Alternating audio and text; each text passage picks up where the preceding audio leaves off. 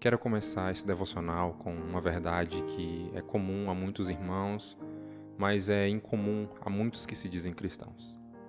E esta é: o Evangelho não reforma homens como quem arruma um carro usando o mesmo fundamento, ou como quem reforma uma casa que mantém as paredes e a base. O Evangelho crucifica os homens, os mata para essa vida e os ressuscita para a vida em Cristo. Nos faz nascer de novo como uma criança. Nós, como crianças, agora vamos crescer diante de um Pai maravilhoso. Nascemos mortos em delitos e em pecados, mas morreremos vivos, porque ressuscitamos para Deus na morte de Cristo. Ele morreu no nosso lugar, em uma morte vicária e substitutiva. Pastor Rayleigh dizia: chegará o dia em que aqueles que não nasceram de novo desejarão nunca ter nascido. Aqueles que não nasceram mediante a Deus, o qual nos gerou, não por semente corruptível, mas incorruptível. Essa é a mensagem do Evangelho, esta é a história, é a mensagem da nossa salvação. Os soldados vão para o treinamento feito por Deus, ganham todos os equipamentos que irá utilizar na caminhada.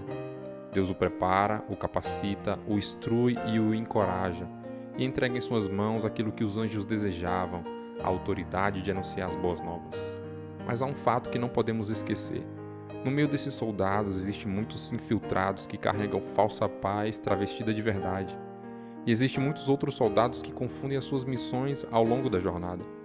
Então os falsos e confusos chegam até os destinatários e falam palavras que os confortam neste mundo, os amolda ao sistema corrupto e que os move tendo por fim último essa vida passageira, matando assim a esperança futura que havia em corações de pequenas crianças.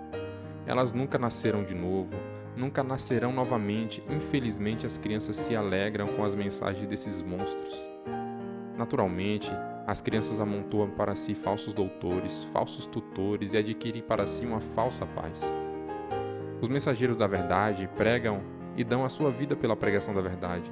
Perdem os seus empregos, suas reputações, sua credibilidade em nome da verdade, que Jesus é a salvação, porém as crianças agora têm tampões nos seus ouvidos para a verdade. A mesma sentença que foi aplicada a Jerusalém pode ser aplicada a essa geração de crianças. Jerusalém, Jerusalém, que mata os profetas, apedrejos que foram enviados, quantas vezes eu quis reunir os teus filhos como galinha reúne os seus pintinhos debaixo das suas asas, mas vós não aceitardes. Dá para imaginar crianças matando profetas? Pois a vida do profeta é pregar e levar a mensagem que foi instruído. Mas ao invés de ser ouvido, eles são desprezados, menosprezados, eles são ridicularizados. É um fardo bem pesado em suas costas, mas a tentativa de matar profetas são grandes fracassos, uma vez que os tais já morreram para si e para viverem para Deus. Viram uma guerra de mortos. As crianças que estão mortas em delitos e em pecados e os profetas que já morreram para si mesmos para viverem para Deus. Mas, irmãos, qualquer dia desse, os profetas morrerão fisicamente, e ninguém mais será levantado em nome de Deus, então a parábola do rico e Lázaro será lembrado nos corações dos amantes das trevas. Eles queirão que uma gota da verdade seja pingada em sua língua, mas não poderão experimentar daquilo que existia em abundância e as pobres crianças rejeitavam. O Senhor levanta os profetas com ousadia, vigor, autoridade de Deus, para nos reunir debaixo das asas de Deus, debaixo da sua santa vontade, glorificando assim o seu nome e nos tornando cada vez mais igreja, um corpo em uma profunda comunhão. Entretanto, as criancinhas espirituais não entendem a grandiosa obra de Cristo. Pobres crianças não podem comer da verdade, ainda que seja o leite materno da palavra, ainda assim se engasgam com a liquidez da verdade básica. Os olhos lacrimejam e choram por julgar ruim e intragável tal refeição. Amados, com pouco conhecimento que tenho, já presenciei as verdades do Evangelho sendo jorradas do trono de Deus, com todas as características que devem existir e com toda a capacitação que o profeta tem que ter, dada pelo próprio Deus. Já presenciei homens que se julgam conhecedores da verdade se retorcerem nos bancos por julgarem duro a verdade. A verdade do Evangelho é Cristo ressuscitado dos mortos, algo que causou escândalo aos judeus e enlouqueceu aos gregos.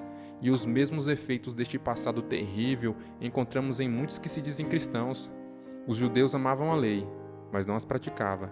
Os gregos amavam os falsos deuses, aqueles deuses que não podiam nem falar, quem dirá os salvar.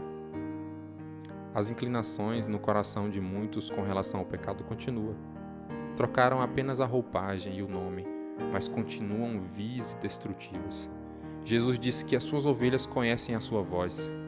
Fica evidente porque existem falsos pastores, porque as falsas ovelhas precisam ouvir a sua falsa voz, ovelhas que nunca nasceram de novo. Que a paz do Senhor Jesus esteja com todos e que o nosso coração se alegre e se deleite na palavra da verdade. Amém.